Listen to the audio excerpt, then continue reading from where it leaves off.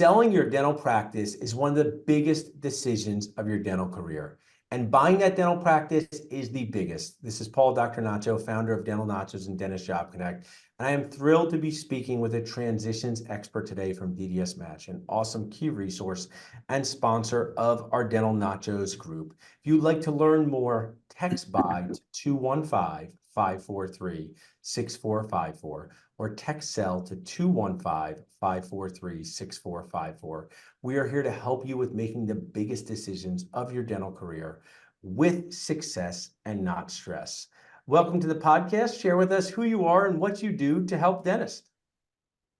Yeah, thanks, Paul. My name is John Kuriger.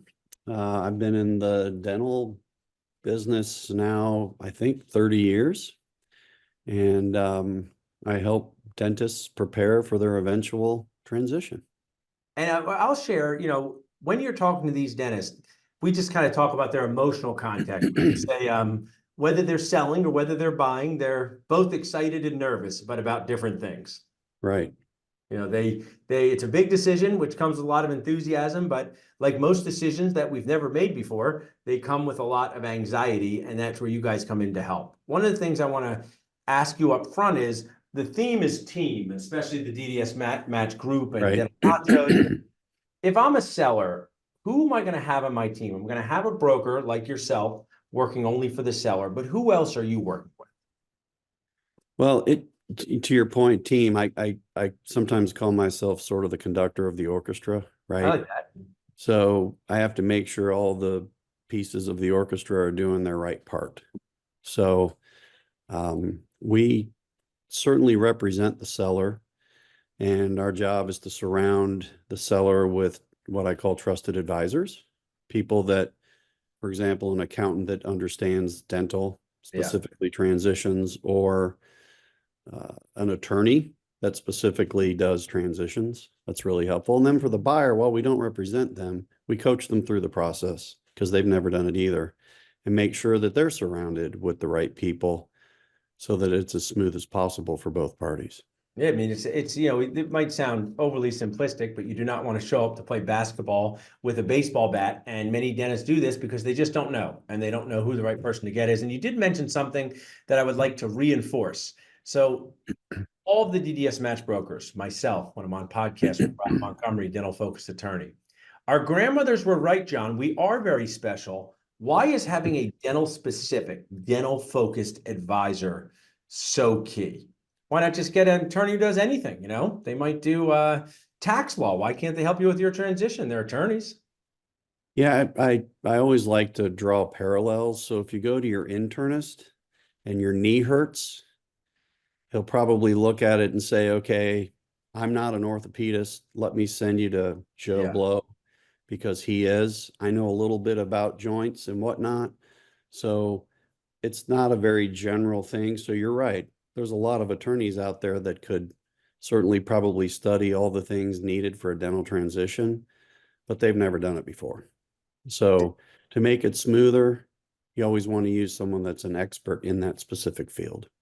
And it's so key. I mean, to kind of keep your great parallel going. Also, it's a need that needs to be fixed so you can run on it for the next 30 years at a high level, right? That's right. You're making these once decisions. So one of the things I've really been enjoying with sharing these values is, you're talking about preparing for your eventual transition. Right. What's interesting to me, I'm a dentist. If you say to many dentists, when are you going to retire? They say, I don't know. Do you want to practice forever? God, no, right? So right. This is the setup. When are you going to retire? I don't know. I'm not so sure. Oh, but do you want to practice forever? Oh my gosh, I do not want to do that. So why should a dentist, prepare well in advance for a transition? Tell us more about that. Yeah. So what motivated me to get into this from dental distribution was a lot of my former clients. I had helped them with the beginnings of their career, sort of the middle of their career when they moved to their new location and built their dream office. And then I would bump into them at various meetings and they'd tell me that they just sold their business. And I'd say, oh, wow. And they'd say it was a disaster. It didn't go the way I thought it would. And unfortunately, their exit was not great. And I tell all the dentists that I meet with, you only have one shot at retiring and selling your business, and you want your ending to be good. And because you've never done it, you need help. People have heard me say this before, but you know, as long as I've been in the dental business, I know all the steps of a root canal. Yeah. I know all the materials, I know all this, all that, but you don't want me to do the root canal because I've never done one. Yeah. So while dentists are certainly intelligent and could probably stumble through the process, if you have an advocate, the ending is so much better. And that's just tremendous value that our audience should just really listen to. And that example is perfect. And also, if you want to learn to talk dentist, right? I'm trying to help the brokers talk dentist. Sure. And we come up with many examples, you know, why do we need, before I can promise you a price, Dr. Seller, we need data, just like you need a full mouth series of x-rays, a CBCT, and photos. So I don't want to promise you a price, just like you can't promise your patients how much treatment's going to cost or how long it's going to take. That's talking dentist. And if you really want to get into their emotions, because dentists, they're my people. I can talk about my people. They are wild in the way they make decisions. They will hire someone that costs more to take them on a Disney World trip than they will to do their taxes, right? It's wild Yeah. how to make Yeah. decisions. But when we talk about the dangers of DIY, you can say, remember that company that told people that they could do their own braces at home? How Yeah. did it work out for that company? And currently, that company is no longer in existence. So Right. we were all very irritated, myself included, when I have to go and get a license and be a dentist and do all these things. They say, oh, just do it at home, patients. And know what I was actually irritated? I wasn't irritated at perceived loss of revenue. I was irritated that they were going to have patients doing irresponsible things to them. And I actually feel strongly that the dental boards across the country should have been way, way, way tougher on that thing. And the market has shown that that's not happening right now, but it's just a great example for you to use. Hey, remember when they tried to do braces at home? How did that work out? So we don't want to do your own brokering at home. We don't want No, to DIY no. it. But as someone who's been in this transition space, brokers have not done themselves a big favor in their perception over the years. I will explain, John. I am a buyer. One time a broker refused to tell me his last name. It's a true story. If you're in New Jersey, there's a broker who only tells you his first name. Okay. Wow. Another broker one time tried to sell, and this I really feel annoyed about. I was in Philadelphia. I said, are there any practices in Philadelphia? He goes, oh yeah, Paul, there's one for like $1.2 million a year where you want to be. And I go, oh my gosh, this is like, you know, so exciting. The practice wasn't even for sale. It wasn't even for sale. Right. I was being lied to. So I can understand, and this is why we're working so hard, why dentists have a varied view on brokers. But you want to tell our audience, how can they view a DDS match broker doing things the right way as an ally and not an adversary? Talk us through that. Yeah, in the end, ultimately, it's what the dentist wants, not what we want, right?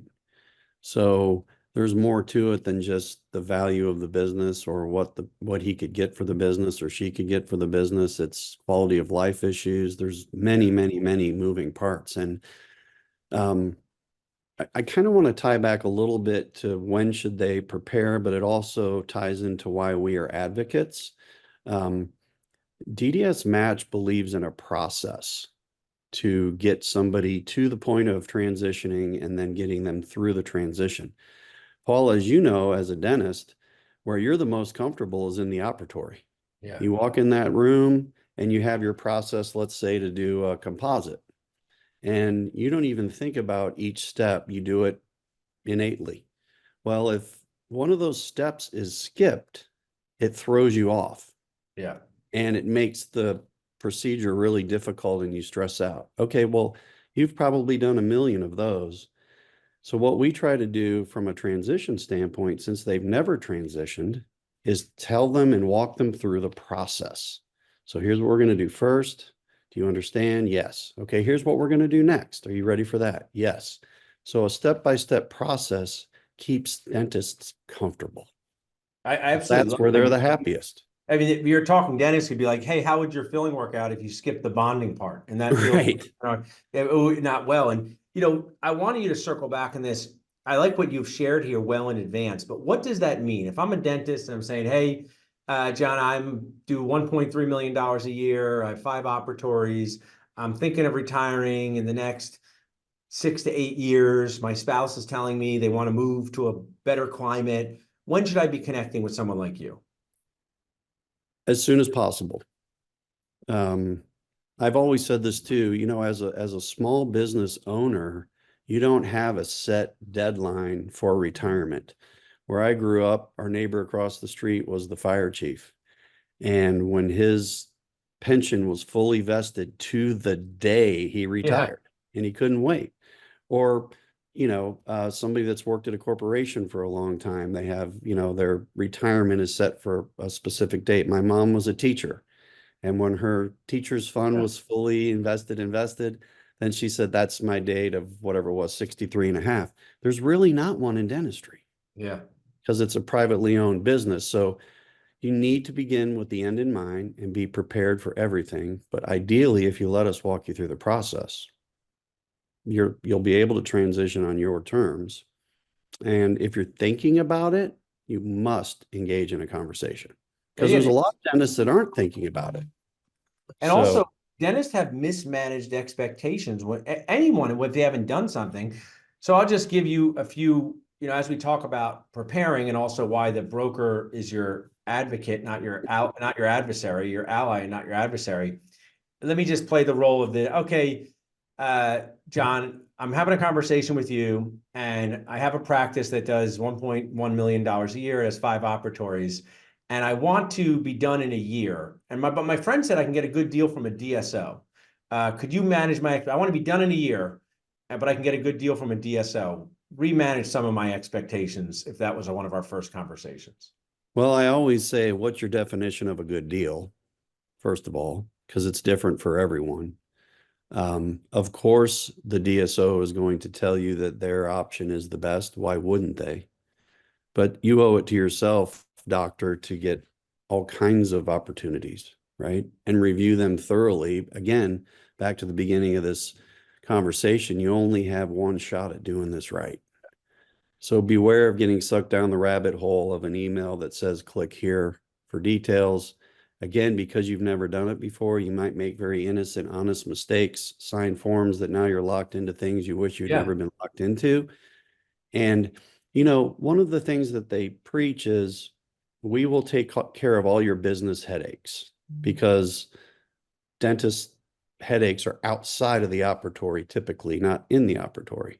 However, when you speak to guys that have done it, sometimes they have additional headaches post-transition because now their staff has a new boss and the new boss has different ideas and different ways of doing things. And they're continuing to come back to the former owner who stayed on board. And it's not always the best answer.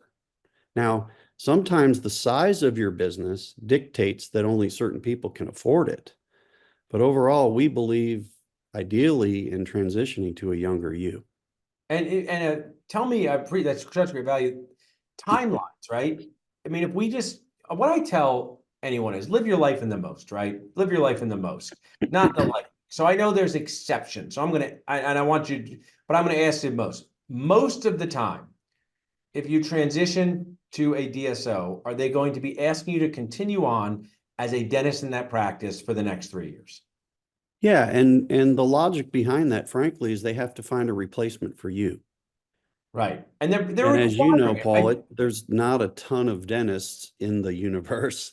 Yeah. So they need that time to find that replacement. That's why they have you stick around, also to keep the goodwill going. And that's usually required most of the time, right? Now, if we Mhm. help our audience and they're saying, okay, man, I don't want to stay for 3 years. My family and I are going to move. I don't want to do dentistry for 3 years. Let me think about a private practice buyer, right? Most of the time, are they going to want you or require you to stay for 3 years, or will it be much more flexible? Much more flexible. And usually in that capacity, it's more of I'd love some mentoring and the senior dentist saying, I'm happy to stick around as long as you'd like me to. Or perhaps the business is busy enough that there's enough production for the new person and this former owner. But what I find with the private transitions is the timing is a little more flexible, if not a lot more flexible. It's really based on how well they get along transition. But usually if we got all the way to that point, they do get along because the senior dentist is proud to hand it to the younger you. I love what you're sharing here. And to continue with this, being an ally and advocate in your trusted transitions process, price is important in anything, right? If I leave this podcast and my 9-year-old says, I want to buy this new toy that I Right. love, I'm going to ask her at some point how much it costs, right? Right. Not because I'm not going to pay for it, just it'll give me some context, right? Sure. Buying a $5 thing or a $500 thing. So in your trusted transition process, walk our sellers and buyers through what you do to create confidence and competence and objectivity around the practice price, because this can be very wild in the ally versus adversary thing of brokers who I believe, John, sometimes, I'll say this nicely, optimistically mislead a seller what they can sell their practice for to get them to sign with them, and Right. then not even come close to selling it for that number that they said on the phone. So what do you guys do to really drill down, pun intended, into this price through the trusted transition process? Yeah, again, to your point, it's very easy to say, I'll give you $2 million. That's going to pique anybody's interest, right? And they've never done it before. I keep saying that, so they do it. In the whole world of selling anything, regardless of what it is, buyers always want to pay less and sellers always want to get more. Yeah, I So agree with you. what we've done to alleviate any sort of conflict of interest or cynicism from the buyer, or maybe even arrogance with the seller of what it's worth, is we have a third party value it.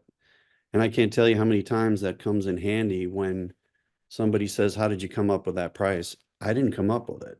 So Yeah. you can't say it's so that I get a better commission. And the seller didn't come up with it. So you can't say he gets more money or she gets more money. The buyer asks, how did you come up with it? We schedule a call with the third party that did the valuation, and they have nothing but data to support their number. And I love this portion of the conversation, and I think it's like a good part towards our wrap up of giving gold here, is that price is important, but over reliance on it can cause both sellers and buyers to lose out on deals that they wish they had done. I have a colleague, someone I mentor, who said, I didn't buy XYZ practice because my accountant said I shouldn't pay $100,000 more for it. And I say, I think your accountant gave you terrible advice, because you are an associate now, and I actually think you missed out on the place that you needed. And then on the other side, for sellers, when I've done this, and you can kind of say what you share, is that they get too worried about an extra $50,000. And I say, what's a lot less than that, seller? Zero. Zero's a lot less. Right. And I don't think they realize this. So maybe talk our audience through the negotiation process and how it really should be a win-win for both parties, because that can be adversarial. Yeah, absolutely. And back to timeline and everything else. If I start early enough with a dentist and he or she gives me the time to walk them through the process, I can set a realistic expectation of what they think they could get for their business effective today. If they're at the tail end of their career with very little time left, we may not be able to fix some things inherently in the practice that need to be better to gain more value. If you start earlier on and we discover some things that could be detracting from the value, we can fix them. So as long as expectations are explained, then there's not the surprise of, well, I thought my practice would be worth $1.5 million because I've been doing that for 10 years. Yeah. Last year you did 800,000. Right. Well, that doesn't matter. It's still a good practice. Yes, it's still a good practice, but that's not how it works. So because they've never done it, I understand why they may think those things. They just need to be educated, and education takes time. It was you're sharing such awesome value. Our audience is learning so much. When I was an early broker, one time I went to actually the practice, and it was the dentist and their spouse. And I think the practice collected $600,000. And I said, under ideal circumstances, what would you like to sell this practice for? Right. And they said, $800,000. And I said, well, that's more than what you're collecting. And they say, but I do so much endo that I refer out. And I go, I don't do endo and I'm referred out. I said, well, no one's going to pay for that potential, but it can be a huge upside to a buyer Yes. because you guys work with Dental Intel, they're our sponsor too. Tell our Yep. audience how that helps the sellers, and I think it's what you call it, optimize their sale, because while maybe a buyer's not going to pay a lot extra for potential, it definitely creates demand, I would say. So talk us through that a little bit. Yeah, right. So it's easy to say there's a lot of potential here. It's easy to say, hey, this doctor doesn't do any endo. So, hey, buyer, when you buy it and you do endo, you're going to kill it. Yeah. It's better to have accurate data. So we have a thing called the clinical opportunity blueprint where we can take our sellers' data from their software and right away within the business organically, here's what you can do to grow the business. If we meet with a seller early enough, many times we'll use that product to help them make their practice bigger and better before they decide to sell. And then we continue to do that for the young buyer so that they feel like there's potential. But it's proven potential. It's not just hope. And for buyers, it's, I happen to love dental implants. So if an office is referring out 50 implants a year and you can place some implants immediately, that's an opportunity to make this a more valuable asset, help patients who traditionally had to go out of the office. So I think you guys doing that is truly awesome because, dentists like details. And when you can show them Yes. the details through Dental Intel, they're also awesome sponsors. They do that. Well, you've shared so much amazing value with us. Remind us, John, which area are you covering for the DDS match team? Yeah, so I cover Northern Florida for DDS Match, which is a little bit south of Orlando, all the way to the Florida-Georgia border.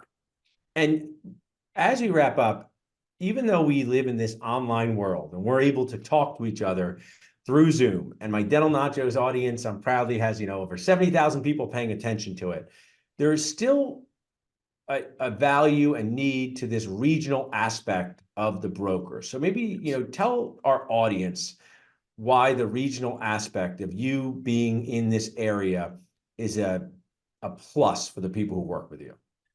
Again, selling a business that you've been going to for anywhere from 30 to 40 years, that you know these people very well. You probably now know the grandmother, the mother, the Yeah. daughter and the granddaughter, to just, oh, by the way, over a Zoom, kind of talk through it, which is better than a phone call. We believe in knee to knee, sitting face to face, having a really good conversation about what they're wanting to get through the process. And the And other thing I'll you add can in, trust and okay, verify and connect so much better face to face, knee to knee, whatever you want to call it. So I'll say to many of the folks that reach out to me, I'm a knee to knee kind of guy. I'd love to grab a cup of coffee with you so that they sense my sincerity. I love what you said. And at the end of this day, no matter how advanced we come with technology, knowing people in an area who want to do a thing is very valuable to sellers. And people like you know people in that area that may be an associate somewhere, but is looking to buy a practice when the right time comes along. And those things cannot always be done through the power of Zoom. It's Correct. getting to meet people face to face. And that's why I encourage everyone to go more to, if you're in the process of buying or selling a practice, go to some local events in your area. Because you could be getting a glass of wine or coffee next to these amazing connectors like brokers, accountants, attorneys, and the people in literally your dentisting neighborhood. So I think it's Well, oh, yeah. go ahead. So what you're buying is goodwill. Goodwill was created by the dentist by being face to face, knee to Yeah, knee, twice a year for 30 years. How can I truly understand that dentist's goodwill and practice without doing the same thing? yeah. So I need time, face to face, to get to know you, your business, your goals, your visions, your dreams, and then it works out.